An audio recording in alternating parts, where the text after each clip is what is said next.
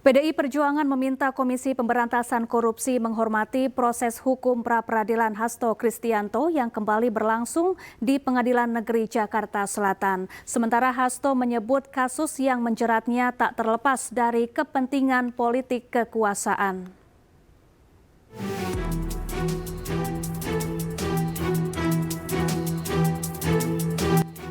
Sekjen PDI Perjuangan Hasto Kristianto buka suara terkait kasus dugaan suap dan perintangan penyidikan yang menjeratnya. Menurutnya, kasus ini merupakan bentuk kriminalisasi dan tak terlepas dari kepentingan politik kekuasaan. Hasto menekankan akan kooperatif dalam menjalani proses hukum. Apa yang menimpa saya tidak terlepas dari kepentingan politik kekuasaan. Mengapa? Sebab banyak pakar hukum yang telah melakukan kajian. Dari hasil eksaminasi juga tidak ada bukti permulaan yang sah menurut hukum untuk menetapkan saya sebagai tersangka. Pada tahapan proses ini, sikap saya sangatlah kooperatif dan mentaati seluruh proses hukum di KPK. Tiadanya fakta-fakta hukum tersebut juga diperkuat melalui keterangan ahli dalam proses pra-peradilan. Sementara itu, PDI Perjuangan meminta Komisi Pemberantasan Korupsi menghormati proses hukum pra-peradilan Hasto yang kembali berlangsung di Pengadilan Negeri Jakarta Selatan. Panggilan yang kedua untuk kembali memeriksa Mas Hasto pada hari Kamis. Oleh sebab itu, ini perlu diketahui oleh publik, kami sangat menyayangkan di mana hari Senin kemarin, tanggal 17, Pengadilan Negeri Jakarta Selatan sudah mengumumkan bahwa akan dilaksanakan pra-peradilan tanggal 3 Maret, tetapi di hari yang sama penyidik KPK mengirimkan panggilan. Oleh sebab itu, kami meminta agar pihak KPK menghormati proses hukum yang ada, karena belum ada putusan pengadilan terkait menguji sah tidaknya status tersangka dari Mas Hasto Kristianto. Sebelumnya, KPK memanggil Hasto untuk diperiksa sebagai tersangka dugaan suap dan perintangan penyidikan kasus Harun Masiku Kamis pekan ini. Panggilan dilayangkan usai Pengadilan Negeri Jakarta Selatan menolak permohonan pra-peradilan Hasto. Namun, Hasto kembali mengajukan pra-peradilan lagi untuk kedua kalinya. Dari Jakarta, Tim Liputan iNews melaporkan.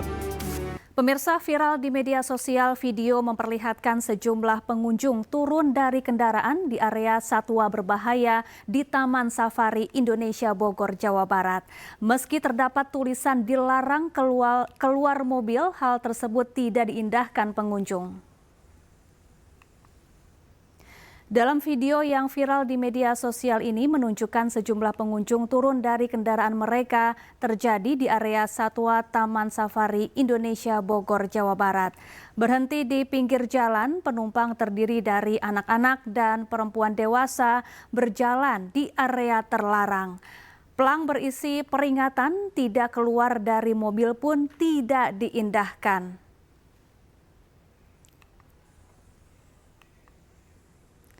Menurut Senior Vice President Taman Safari Indonesia Group Alexander Zulkarnain, pihaknya membenarkan kejadian tersebut. Ia pun menyayangkan tindakan tersebut karena sangat berbahaya. Turun dari kendaraan di tengah area satwa buas juga melanggar peraturan yang ada.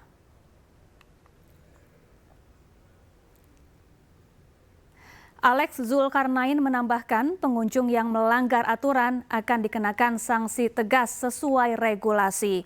Pasalnya, Taman Safari Indonesia merupakan lembaga konservasi yang berkomitmen pada perlindungan satwa sesuai peraturan pemerintah.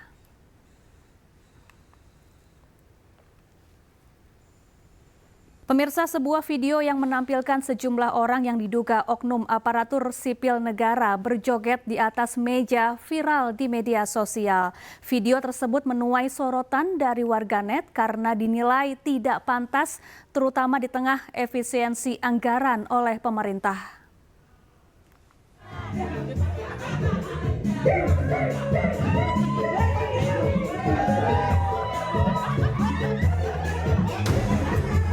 Publik Publik dihebohkan dengan viralnya video sejumlah orang yang diduga oknum aparatur sipil negara atau ASN di Kabupaten Kutai Timur berjoget di atas meja kantor. Dalam video berdurasi 51 detik itu memperlihatkan para pegawai berpesta dengan musik keras dan saweran uang. Rekaman tersebut menuai kritik dari warganet yang menilai tindakan itu tak pantas dilakukan oleh seorang abdi negara, terutama di tengah efisiensi anggaran oleh pemerintah. Menanggapi berita viral yang tersebar luas di media sosial, baik dalam bentuk video maupun foto, ini sangat miris. Kenapa saya bilang sangat miris? Perilaku oknum ASN yang ada dalam video tersebut sangat tidak patut dicontoh.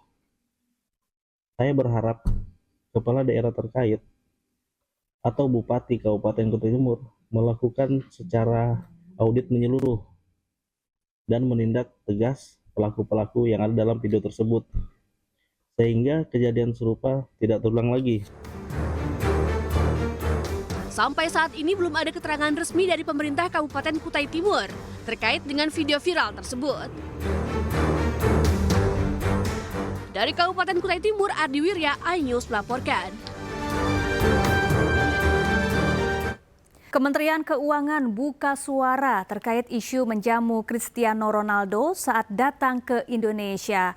Melalui Biro Komunikasi dan Layanan Informasi Kementerian Keuangan menegaskan tidak ada agenda pertemuan antara Menteri Keuangan Sri Mulyani dengan Cristiano Ronaldo. Kementerian Keuangan buka suara soal kabar yang menyebut Menteri Keuangan Sri Mulyani bakal menjamu mega bintang sepak bola dunia asal Portugal, Cristiano Ronaldo. Kepala Biro Komunikasi dan Layanan Informasi, Deddy Surjantoro menegaskan jika sampai saat ini tidak ada jadwal Sri Mulyani dalam kegiatan makan malam bersama Cristiano Ronaldo. Sehubungan dengan beredarnya kabar mengenai rencana pertemuan antara Menteri Keuangan dengan Cristiano Ronaldo. Dengan ini disampaikan bahwa kabar tersebut tidak benar. Menteri Keuangan maupun Kementerian Keuangan tidak pernah merencanakan, mengagendakan, mengundang maupun menjadwalkan pertemuan tersebut. Sebelumnya, Sekretaris Asprof PSSI NTT Abdul Muiz menyatakan mega bintang Cristiano Ronaldo akan berkunjung ke Indonesia hari Selasa. Rombongan tiba di Jakarta, Rabunya baru ke Kupang. Karena itu kami Asprof PSSI NTT, kami menunggu rundown aslinya. Kami tidak bisa berbuat lebih lanjut lagi, kami menunggu rundownnya. Kalau rundown itu sudah di tangan kami akan koordinasi teknis lebih lanjut dengan pihak terkait. Karena ruang Asprof PSSI NTT hanya di pertemuan bersama Pemerintah Provinsi NTT, Asprof PSSI NTT, Cristiano Ronaldo, dan Yayasan Geraha Kasih Indonesia. Dari kabar yang beredar, kedatangan Ronaldo atas inisiasi sebuah yayasan untuk menggelar bakti sosial di sejumlah lokasi di Kabupaten Kupang dan Kota Kupang, Nusa Tenggara Timur. Dari Jakarta, Tim Liputan iNews melaporkan.